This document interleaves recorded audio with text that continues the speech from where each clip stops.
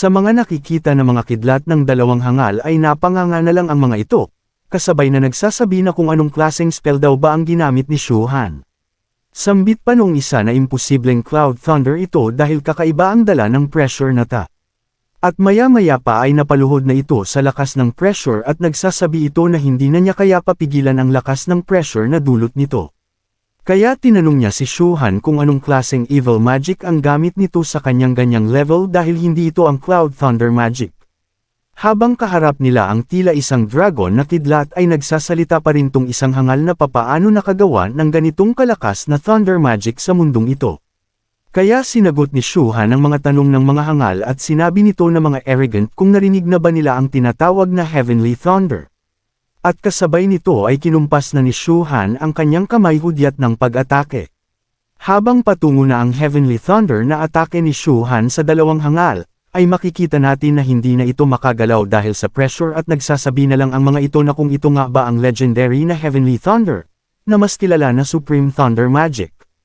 At hindi rin nagtagal ay natapos na din ang kahangalan ng mga ito, dahil nakikita natin na parang binagsakan ng katotohanan ang mga ito na ang tunay na Thunder Magic ay kanilang matitikman, at sa lakas nga neto nawasak ang lupa at help na lang ang ating makikita.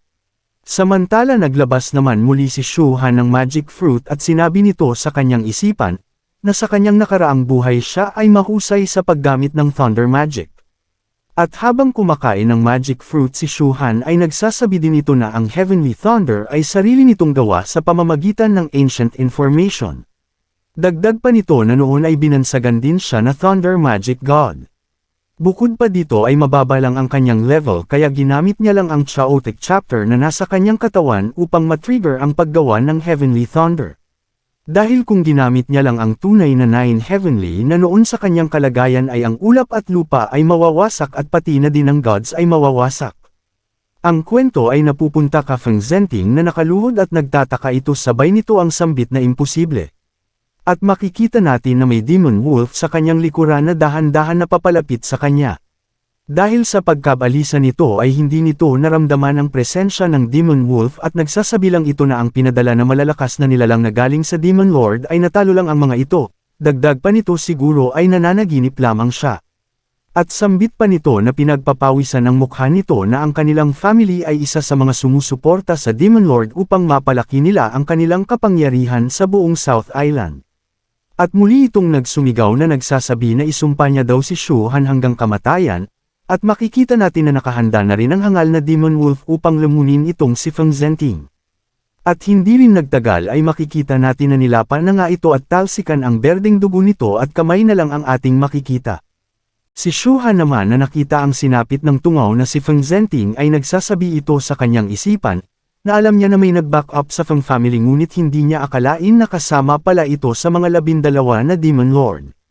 Kaya naalala niya noong nilagyan ng Feng family ng nuclear missile ang kinalalagyan ng ultimately mysterious tree at marami ang namatay na mga cultivators, kaya batid niya na may kinalaman ng isa sa mga Demon Lord sa mga pangyayari na yon. Kaya dapat lang din mamatay ang mga ito sa kanilang masasamang pinaggagawa. Samantala biglang umuungol ng malakas ang Demon Wolf King sa di malamang kadahilanan. At maya-maya pa bigla na ring tinubuan ng mga tutoy ay mga pakpak pala ang mga Red Eye Thunder Wolf. At ating makikita na sabay-sabay na itong nagsiliparan at bukod tangilang Demon Wolf King ang walang pakpak.